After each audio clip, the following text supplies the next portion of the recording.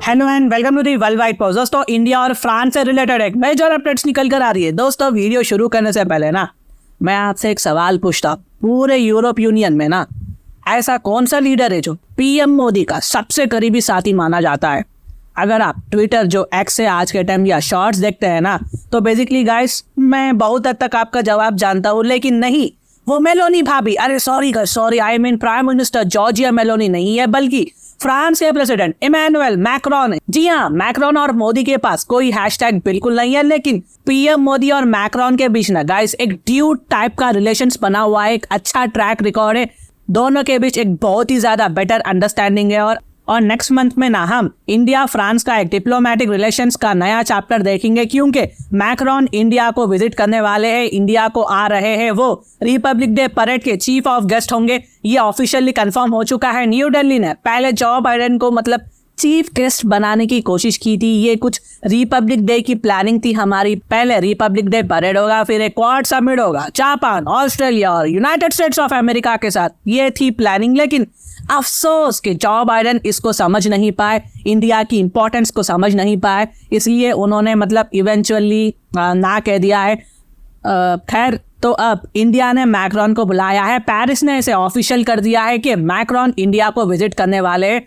तो चलिए कुछ इसके नंबर्स और केमिस्ट्री को समझ लेते हैं।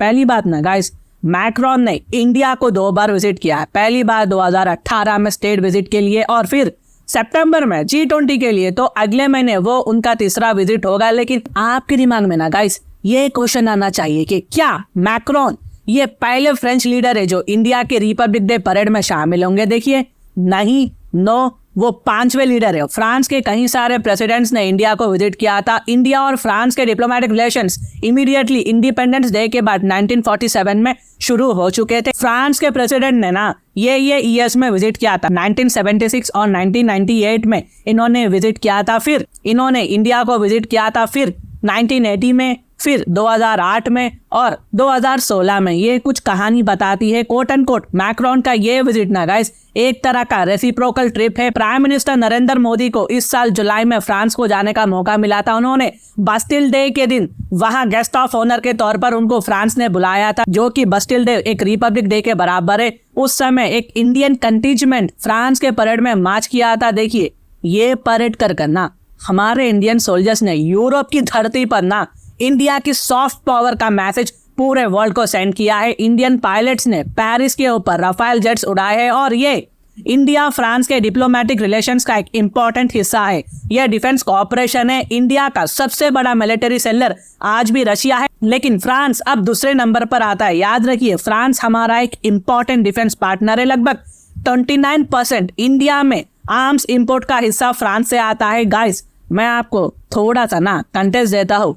मतलब यूएसए का इसमें लेवल का है। यूएसए 3रे नंबर पर है। सिर्फ 11% से हम डिफेंस इक्विपमेंट इंडिया में इंपोर्ट करते हैं यूएसए से। तो अब देखिए गाइस, इंडिया फ्रांस के साथ ना कुछ नए डील्स पर भी बात करने वाला है। इस साल इंडिया ने ना गाइस एक बिड को रिलीज किया है मोर राफेल जेट्स के लिए, करीब 26 जेट्स के लिए। ये डील करीब $6 बिलियन की है और इस वीक फ्रांस ने इस बिड का जवाब भी दे दिया है। अब फ्रांस के ऑफिशियल्स पेरिस से न्यू दिल्ली को विजिट किए हैं। अब नेगोशिएशन का स्टेज चल रहा है। देखते हैं कि क्या प्राइस स्पेसिफिकेशन और इक्विपमेंट मैच करता है यहाँ पर।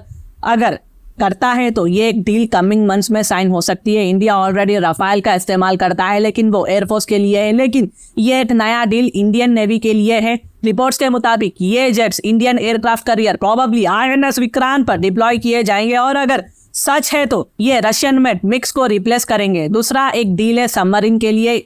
सबमरीन इंडिया के डिफेंस के लिए बहुत इंपॉर्टेंट रोल प्ले करता है। इंडिया फ्रांस के साथ 6 स्कॉर्पियन क्लास सबमरीन ऑलरेडी बना रहा है और बातचीत हो रही है कि और 3 बनाई जाएंगी। रिपोर्ट्स के मुताबिक एक डील लेटर 2024 में साइन किया जा सकता है, लेकिन डिलीवरी के लिए ना 2031 तक इतना समय लगेगा। तो डिफेंस ना गाइस इंडिया फ्रांस के रिलेशंस को कॉर्नरस्टोन कर दिया है। लेकिन अगेन देखो, ये सेलर बायर का मामला बिल्कुल नहीं है। इसको एक असली पार्टनरशिप कहते हैं, एक कमाल की हिस्ट्री के साथ। क्या आपको पता है कि इंडिपेंडेंट इंडिया का पहला बड़ा डिफेंस डील 1949 में फ्रांस के साथ हुआ था। 1982 में फ्रांस ने इंडिया को न्यूक्लियर फ्यूल दिया था जब अमेरिका ने नहीं कह दिया था। और 1998 में ना गाइस यूरोप यूनियन चट्टान की तरह इंडिया के खिलाफ खड़ा हुआ था। तो यूरोप यूनियन का मेंबर होकर भी फ्रांस ने इंडिया को न्यूक्लियर टेस्ट के बाद सैंक्शंस नहीं लगाए थे, बल्कि उनके प्रेसिडेंट रिपब्लिक डे के चीफ गेस्ट भी थे। तो इसके पीछे ना गाइस इंडिया फ्रांस की कोचा का राज क्या है, अरे सॉरी, इंडिया फ्रांस की रिलेशन का राज क्या है, ये टाइम के हिसाब से ना